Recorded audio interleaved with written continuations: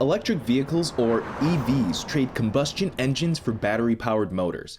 These fast, quiet,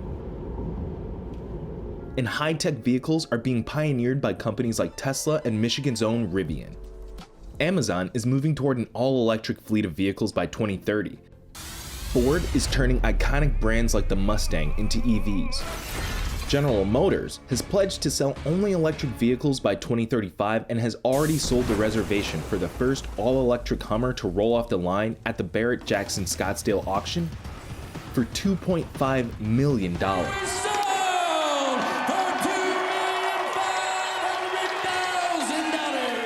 According to the Edison Electric Institute, there were over 1 million electric vehicles on US roads as of 2018. Hannah and John have been driving their EV for 3 years. I was going to have a kind of longer commute from Ann Arbor, Ypsilanti out to Detroit and back every day. I wanted to take every opportunity I could to do my part to contribute to reducing greenhouse gas emissions and to do the thing, to move in the direction that it looked like as a society we were going to have to move eventually. John McElroy, the host of Autoline, on the benefits of EVs. We're going to see a dramatic reduction in air pollution in cities. We're going to see a reduction in noise pollution because these cars are far, far quieter. There's other issues that have got to be resolved. We need to be able to recycle the batteries in volume, mass volume, and be able to do it at a profit because we don't want to end up just throwing these things into landfills. So there's going to be some adjustments as well. But overall, for the general public and for the economy, the move to electric cars is going to be a positive. Other countries have already bought into electric vehicles, like Norway, where 74% of vehicles are hybrid plug-in or fully electric. Did you know that Norway sells way more electric cars per capita than the US? Norway. And China, who's planning to transition to all-electric or hybrid cars by 2035. If passed, President Biden's American Jobs Plan will invest $174 billion into incentives for people to buy EVs and support to get 500,000 chargers installed across the country by 2030. The fear is that we're falling way behind China and Europe in this regard, especially when it comes to the supply chain of critical materials for batteries and motors. The United States is way far behind. And we know that this is going to be the future. In addition to the positive environmental impacts and potential market share, electric cars are efficient.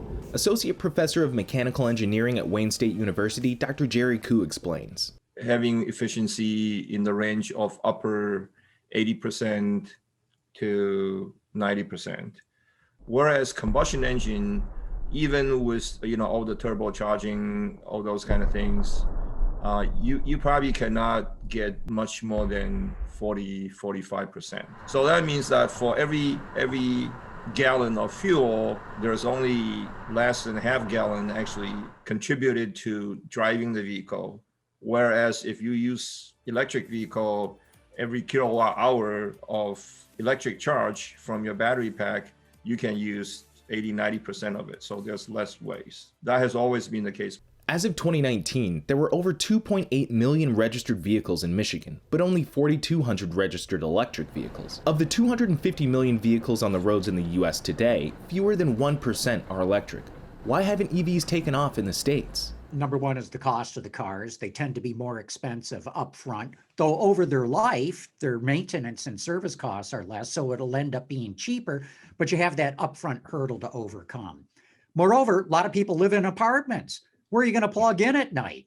Or in a condominium or the like. And, unless you have your own private residence or someplace to plug in at night, that introduces the concern of range anxiety, where people are like, oh my gosh, what if I run out of juice? Where am I going to plug in? Like even the most advanced charger, it's, level 3 people. It's still talking about like on the magnitude of hours. So you take that long to charge the car fully.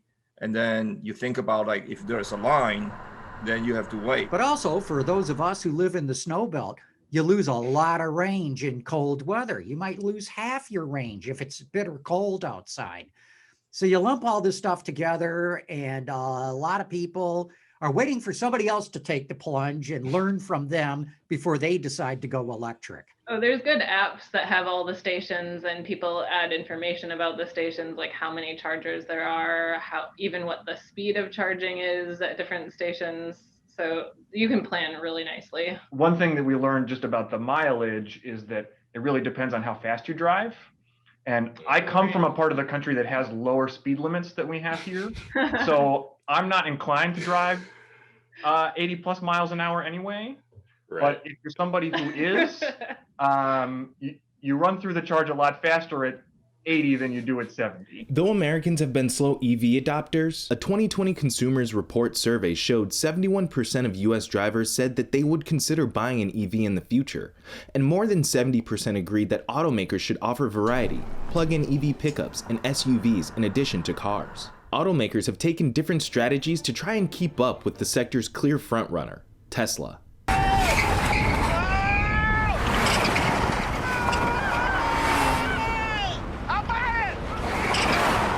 They're so far out in front of the rest of the industry, which is now scrambling to try to catch up. But even amongst traditional automakers, we're seeing different strategies. At the top, the most committed are Volkswagen and General Motors. But not every automaker has plans to go fully electric. Then you've got others like Ford, for example, that is saying, okay, we're not going to make the full-blown commitment, but we are going to electrify iconic products in our lineup. Toyota, for example, is a big believer in hybrids, not electric cars. Honda recognized it really doesn't have the capability of doing anything short-term. It's partnered up with General Motors for making electric vehicles in the United States.